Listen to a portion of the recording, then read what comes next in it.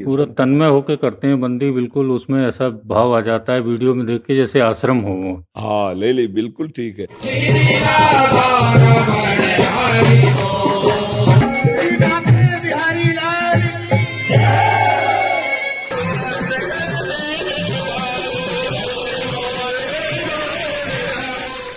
अब हमारा शरीर किडनी रोग से ग्रसित है, सामर्थ्यहीन है, और हम वृंदावन निष्ठा से जाते नहीं। नहीं, हमारी इच्छा है कि एक एक जेल में जाकर, एक एक विद्यालय में जाकर ब्रह्मचर्य की शिक्षा, धर्म निष्ठा की शिक्षा, भागवतिक अध्यात्म की शिक्षा यदि हम जा जाके दें तो बहुत ज्यादा लाभ हो।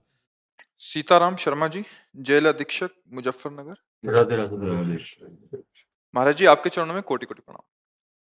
महाराज जी, बंदी सुधार की दिशा में आध्यात्मिक दृष्टिकोण के तहत हम लोग जेल में सुंदरकांड पाठ, भजन संध्या, हवन इत्यादि कार्यक्रमों का आयोजन समय समय पर कराते हैं। गायत्री मंत्र, महामृत्युंजय मंत्र का जप प्रतिदिन होता है। महाराज जी, आपके वीडियो से प्रेरित होकर विगत 4 माह से प्रतिदिन बंदियों द्वारा राधा नाम संकीर्तन भी किया जा रहा है, जिसका सकारात्मक प्रभाव भी बंदियों पर दिख रहा है। परंतु फिर भी कुछ बंदियों में अपराध वृत्ति का पूर्ण निराकरण नहीं हो पा रहा। अपराध वृत्ति के पूर्ण निराकरण के लिए क्या करना पड़ेगा? सत्संग, उनकी सोच को बदलना। जब तक उनकी सोच पर प्रहार नहीं होगा तब तक हम बाहरी क्रिया करवाएंगे तो हमारे आदेश से वो करेंगे, उनकी सोच नहीं बदलेगी। हमें चाहिए कि प्यार से, दुलार से, शासन से उनको सत्संग सुनाएं। चाहे आप सुनाएं सुन करके, या किसी शास्त्र से पढ़कर उनको समझाएं। उनकी जो मानसिकता बन गई है आसुरी प्रवृत्ति, राक्षसी भाव, उसका परिवर्तन सत्संग से होगा। अगर सत्संग से परिवर्तन न होता तो बहुत से ऐसे पावन महात्माओं के चरित्र हैं कि पहले वो हिंसक थे, चोर थे, व्यभिचारी थे, बाद में वो महात्मा बन गए। हमारा इतिहास साक्षी है। कब महात्मा बने? जब किसी संत का संग मिल गया। तो संत का मतलब किसी वेश से नहीं है, उद्देश्य से है। जैसे मुझे आप में एक साधुता दिखाई दे रही है कि आप उन बंदियों को जो आसुरी प्रवृत्ति के कर्म करके आए हैं उनको आप आनंद प्रदान करने के लिए सतमार्ग दिखाना चाहते हैं। आप में भी तो साधुता बैठी हुई है, उस सुमति बैठी हुई है। यदि हम उनके विचारों को, सोचों को बदल दें तो ही उनका परिवर्तन हो सकता है। हम जबरदस्ती 1 घंटे कीर्तन कराएंगे पर उनकी सोच में परिवर्तन नहीं होगा। जी महाराज जी, परिवर्तन आ रहा है लोगों में, और वहाँ पर दोनों ही संप्रदाय के बंदी हैं, क्योंकि मुजफ्फरनगर शामली 2 जनपदों के बंदी बंद होते हैं वहाँ पर, और वहाँ पर अन्य संप्रदायों के बंदी भी सुंदरकांड बड़े मनोयोग से पढ़ रहे हैं। कुछ वीडियोस भी शायद महाराज जी के पास होंगे। अच्छा, हाँ, एक हमारे मथुरा के जेलर साहब आए थे, बड़ा आनंद आया। उन्होंने दिखाया कि वो सब कैदी बैठे हुए हैं और वो संगीत से राधा नाम कीर्तन कर रहे हैं, और वो कहते हैं कि हम 15-20 मिनट का समय देते हैं, उनको सत्संग भी सुनाते हैं। तो मुझे लगता है सत्संग से सबका परिवर्तन हो सकता है। जी महाराज जी, प्रतिदिन सत्संग भी हो रहा है और बंदी बड़े मनोयोग से कर रहे हैं उसको, संकीर्तन को, और विगत 4 माह से राधा नाम संकीर्तन हो रहा है। उसके वीडियोस भी थे, शायद यहाँ पर उपलब्ध हो पाए हों शायद। हाँ, आप दिखा देना, जिससे क्या होता है कि वो 4 लोग और देखेंगे तो उनका भाव बदल सकता है। आज जो हमारे द्वारा कानून विरुद्ध आचरण होते हैं उसका कारण है सुखेच्छा, सुख पाने की लालसा।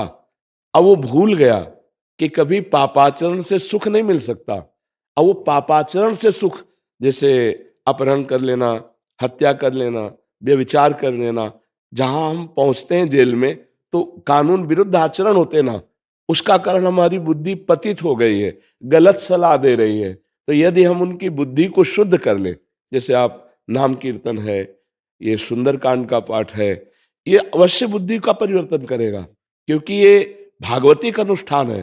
पर अब जैसे हम पढ़ गए सुंदरकांड और उसमें लिखा क्या, इसका चिंतन नहीं हुआ, तो ये चिंतन बदलने के लिए हमको उनको शाब्दिक अर्थ बताना पड़ेगा। संतों की शाब्दिक भाषा में उनको समझाना पड़ेगा, एक मित्रवत बैठ करके।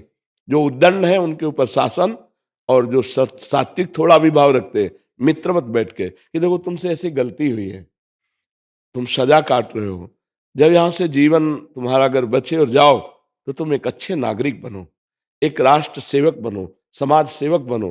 तो सत्संग से बहुत का परिवर्तन हो सकता है। आगरे में श्री कृष्णदास नाम के एक महात्मा ठाकुर जी के लिए सेवा सामग्री लेने के लिए गए, श्रीनाथ जी के लिए, जो इस समय श्रीनाथ द्वारा जयपुर में है, जयपुर में है ना, नाथ द्वारा, वो हमारे गिरिराज जी में प्रकट हुए थे। तो यहां से वो गए थे आगरा सामग्री लेने, तो उन्होंने देखा बहुत भीड़ लगी हुई है, तो उस भीड़ में कौतूहलवश गए तो देखा एक नवीन अवस्था की वैश्या नृत्य कर रही है। लोग 10 रुपए दे रहे, 5 रुपए दे रहे, ऐसे वो गान करती है, उनसे रुपया ले रहे। उन्होंने देखा कि ये जीव इतना कला प्रवीण है और ऐसे जीवन नष्ट हो रहा है, तो उन्होंने 100 रुपया निकाले। और उस आज के 500 वर्ष पहले 100 रुपया बहुत बड़ी चीज दिया है। तो वो तो लुभायमान हो गई कि बाबा जी को 100 रुपया दिया तो उनका 1000 रुपये देंगे, जहां हम निवास में हैं वहां। वो तो भंडारी थे श्रीनाथ जी के। उसने कहा आपका आदेश, क्योंकि 10-10, 5-5 रुपए में नृत्य कर रही थी, 1000 मुद्दा, आप वहां आइए। वो अपने परिकर के सहित गई। अब सुनाइए। सुना तो उनका हमारे बादशाह के सामने तुम्हें सुनाना है, तुम जितना धन कहोगे तुम्हारे पार्षदों को दे देंगे, तुम्हें हमारे साथ अकेले चलना होगा। और गिरिराज जी में हमारे बादशाह विराजमान हैं, और उनके सामने एक बार तो सुना दे, जितना तू ईश्वर कहे कि मैं दे दूंगा। वैश्या को लेके आए तो समाज में बड़ी निंदा हुई कि एक बूढ़े बाबा वैश्या को लाए भाई आगरे से खरीद के, अपने पास कुटिया बनवाई, राधा कुंड, मानसी गंगा, इन सब में स्नान कराया, और एक लालजू की सुंदरता का पद सिखाया, और कहा वैसे ही चल के आपको हमारे बादशाह। उसने समझा वास्तविक बादशाह का आदमी होगा, क्योंकि इतना रुपया कैसे आ गया। और बादशाह का मतलब श्रीनाथ जी। जब वहां ले गए तो बोले ये हमारे बादशाह है। और सुन बेटा, तू संसार के सामने नाच रही थी, आज वैसे नाच जैसे बादशाह के सामने नाचते हैं। फिर बाद में जो इनाम कहेगी वो मैं दे दूंगा। उसी जैसे बादशाह को नमस्कार, ऐसे ठाकुर जी को नमस्कार करके नाचा। अब पीछे से कृष्णदास विनय कर रहे, प्रभु हर बार आगरे से आपके लिए पोशाक भोग सामग्री लाता था, आज ये भेंट लाया हूं, इसे स्वीकार कर लेना। जे ही नृत्य करके ऐसे किया तो गिरी पधार गई, सीधे भगवत धाम गई।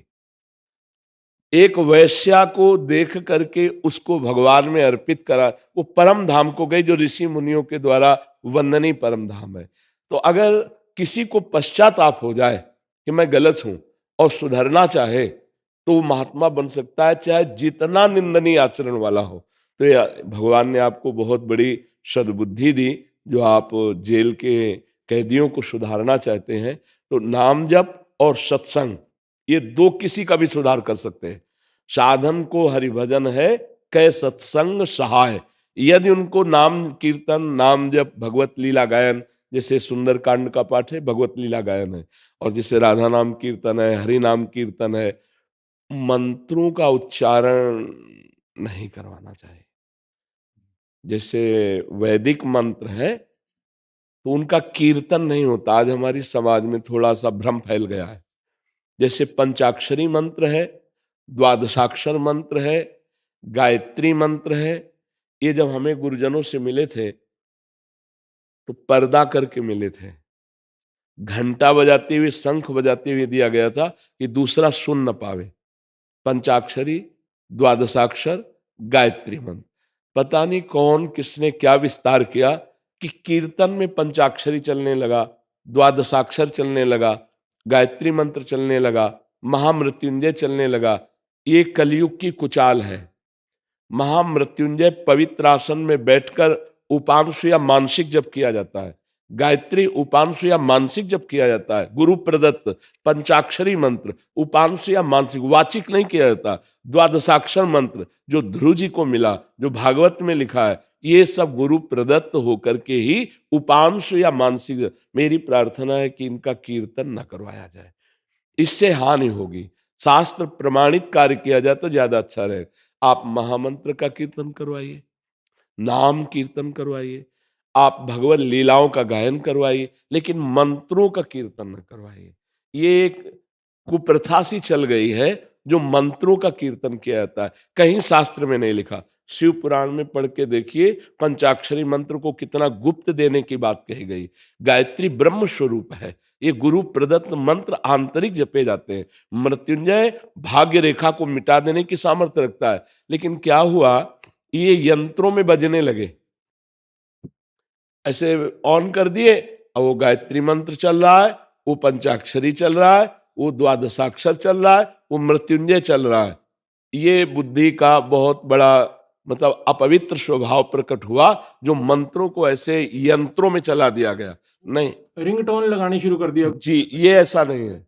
अगर रिंग टोन लगानी, जो भी, वो नाम लगाओ, श्री राम जय जय राम, हरे कृष्ण कृष्ण कृष्ण हरे, हरे राम राम राम, राधे श्याम श्याम श्याम, राधे राधे, राधे कृष्ण कृष्ण कृष्ण राधा राधा राधा राधा राधा।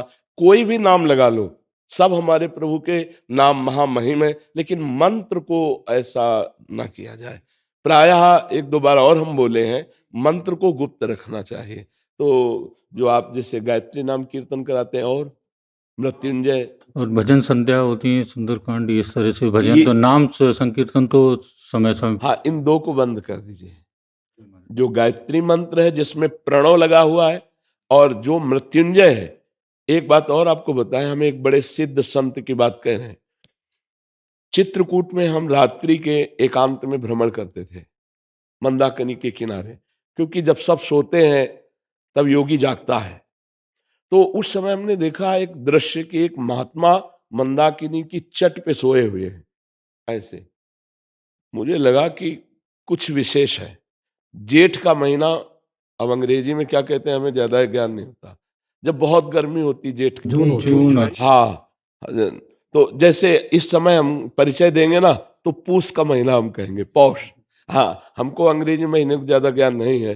तो उस समय जेठ का महीना था। जेठ के महीने में तो अत्यंत गर्मी, और वो एक मोटा कंबल लिए हुए थे।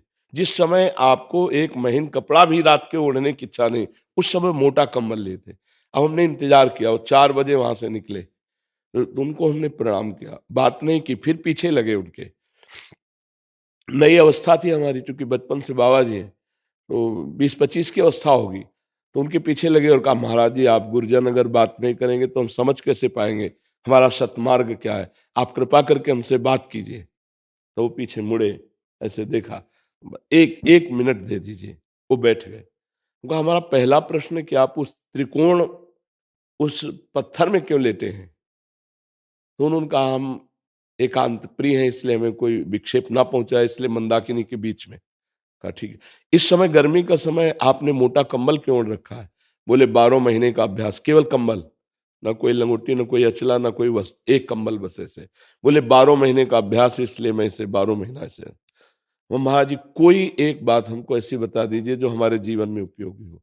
तो उन्होंने कहा, यदि इन मंत्रों को अपवित्र दशा में या अनाधिकारी के द्वारा उच्चारण किया जाए तो वो काम और क्रोध को बढ़ाने वाले बन जाते हैं। और वो चले गए थे। वो हम कई बार सत्संग में बता चुके हैं। हाँ, तो मेरी प्रार्थना है कि ये जो मंत्र है, जैसे मृत्युंजय है, पंचाक्षरी है, द्वादशाक्षर है, इनका कीर्तन न करवाया जाए, नाम का कीर्तन कराया जाए और भगवत चरित्रों का गायन कराया जाए, तो निश्चित परम मंगल होगा। इन मंत्रों का मानसिक जाप करा सकते हैं अगर बंदी करना चाहें तो उनसे गुरु प्रदत्त होने पर। गुरु प्रदत्त। हाँ, पहले आप मंत्र प्राप्त कीजिए किसी महापुरुष से, और फिर अधिकारी देखकर देइए, फिर जब करवाइए तो लाभ प्राप्त हो जाएगा। पर ऐसे मंत्रों का अनुष्ठान करने से वो लाभ नहीं प्राप्त होगा जो मंत्रों का प्रभाव है। तो इसलिए हमें लगता है मंत्रों का कीर्तन ना हो, बहुत लाभ नाम से मिल जाएगा। जो मंत्र से मिलना है वो नाम से मिल जाएगा। राम राम, हरि हरि, कृष्ण कृष्ण, राधा राधा, जो नाम प्रिय हो। वैसे सब नाम अगर कीर्तन करवावे तो जो राम नाम जपने वाले, जो कृष्ण नाम प्रिय, जो राधा नाम, तो सबको आनंद प्राप्त हो। थोड़ी देर ये, थोड़ी देर ये, थोड़ी देर ऐसे नाम कीर्तन करवाए, क्योंकि हमको उनको दुलार के द्वारा आकर्षित करना है। रोष में तो जेल ही आए हैं, आप चाहे जितनी पिटाई करो, जो रुद्र स्वभाव के होते हैं वो शासन में आने।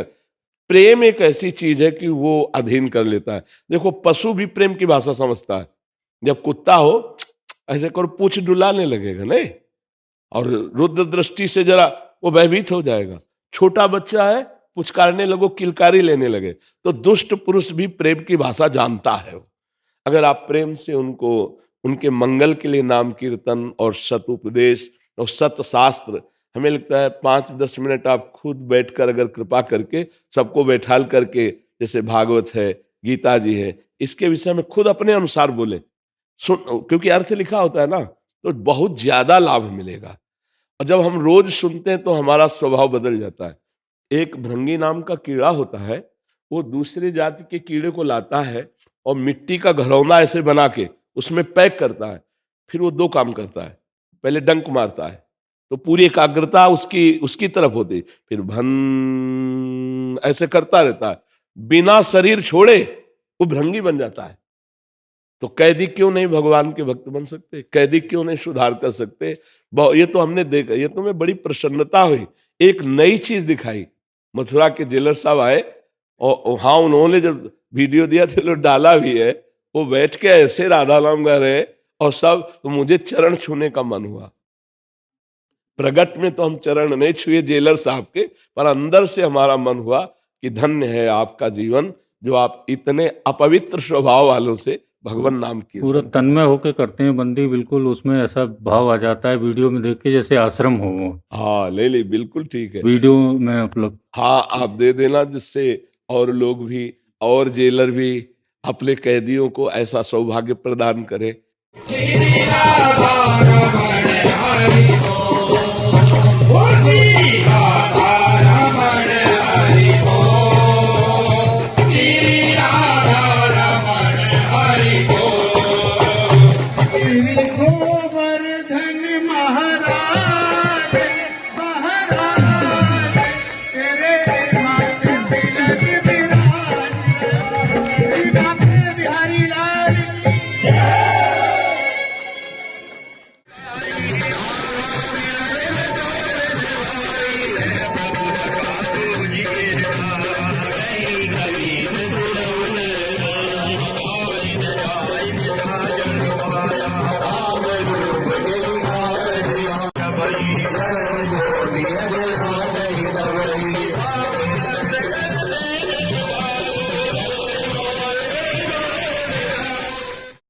हम तो चाहते हैं कि हमारे देश के प्रत्येक जेल में हमारे शास्त्रों का प्रवचन हो।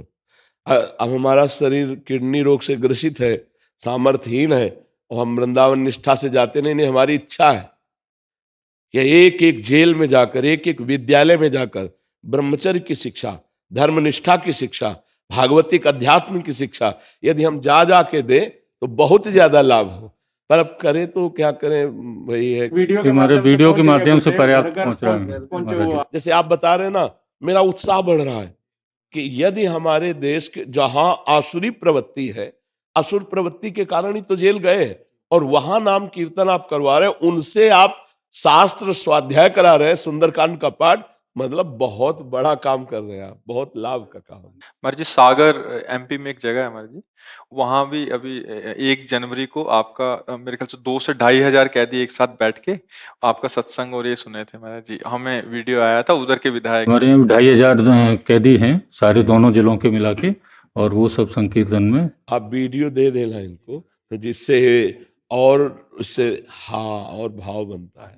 एक चीज से धन्य हुए कि तुलसीदास जी की जो चौपाई है, कलयुग केवल नाम आधारा, सुमिर सुमिर नर उतरहि पारा, ये आज इसका अर्थ स्पष्ट हो गया बिल्कुल। जी नाम में बड़ी सामर्थ्य। हाँ, नाम में बड़ी सामर्थ्य है।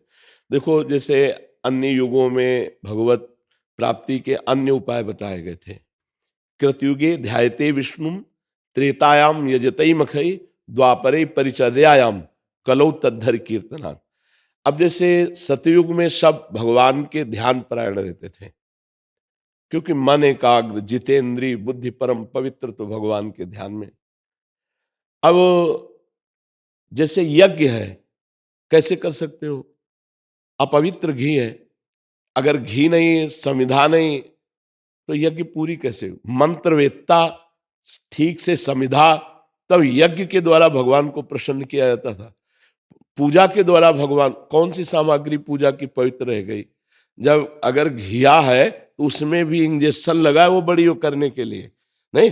आप हर चीज देखो, दूध है जिससे हमें अभिषेक करना है भगवान का, वो सिंथेटिक कहते हैं ना, मतलब उसमें दूध कितना है पता ही नहीं, लेकिन कौन कौन से पाउडर मिलाकर दूध, अब हम कैसे भगवान का अभिषेक करें? मतलब सब चीजों की तरफ दृष्टि डाली जाए तो जैसे ध्यान है, पूजा है, यज्ञ है, योग है। अब योग में 3 घंटे बिना हिले डुले सिद्धासन या पद्मासन में बैठा जाए, अब high blood pressure, low blood pressure, sugar, वो आसन में बैठ पाएंगे? अब कलयुग में उद्धार कैसे होगा? बोले कलौ तद्धरि कीर्तनात्, भगवान के नाम का कीर्तन, नाम संकीर्तनम यस्य सर्व पाप प्रणाशनम, समस्त पापों का नाश करके उसके हृदय में ज्ञान प्रकाशित कर देता है। कलयुग में केवल नाम है। जिसे गोस्वामी जी ने कहा, ये कलिकाल मलायतन मन कर देख विचार, श्री रघुनाथ नाम बिन नाहि नान आधार। इस कलयुग में इतनी गंदगी फैल रही है आंतरिक विचारों में कि कोई साधना बन ही नहीं सकती। नाम, केवल नाम जप कर लो, नाम कीर्तन कर लो, इससे पक्का कल्याण हो जाएगा, भव समुद्र से निश्चित पार हो जाए। जैसे आपने 10 बार नाम जपवा दिया, अब जब यमराज के यहाँ जाएंगे तो पूरे रजिस्टर में देखा जाएगा कि 10 बार राम राम बोला, राधा राधा बोला, तो यमराज जी ऐसे ऐसे करेंगे कि हिसाब क्या करें, क्योंकि 10 बार, एक बार राधा नाम की कीमत ठाकुर जी नहीं दे सकते, एक बार राम नाम की कीमत राम जी नहीं दे सकते। कहो कहा लगी नाम बढ़ाई, राम न सके नाम गुण गाई, फिर औरों की बात क्या। तो उस नाम का कीर्तन आप उनसे करवा रहे हो जो आसुरी प्रवृत्ति के आचरण करके वहां पहुंचे, तो भगवान आप पर विशेष कृपा करे, आप स्वस्थ रहें और हमारे जो भारतीय अपराध करके गए हैं उनका मंगल हो, हाँ, उनकी बुद्धि शुद्ध हो, और वो जब वहां से मुक्त हो तो एक अच्छे गृहस्थ, एक अच्छे हमारे राष्ट्र के सेवक बन करके निकले। क्योंकि बुद्धि अशुद्ध हो जाती तभी पापाचरण होता है, अपराध बनता है, तभी वो नर्क वाली यात्रा या जेल वाली यात्रा भोगते हैं। जी।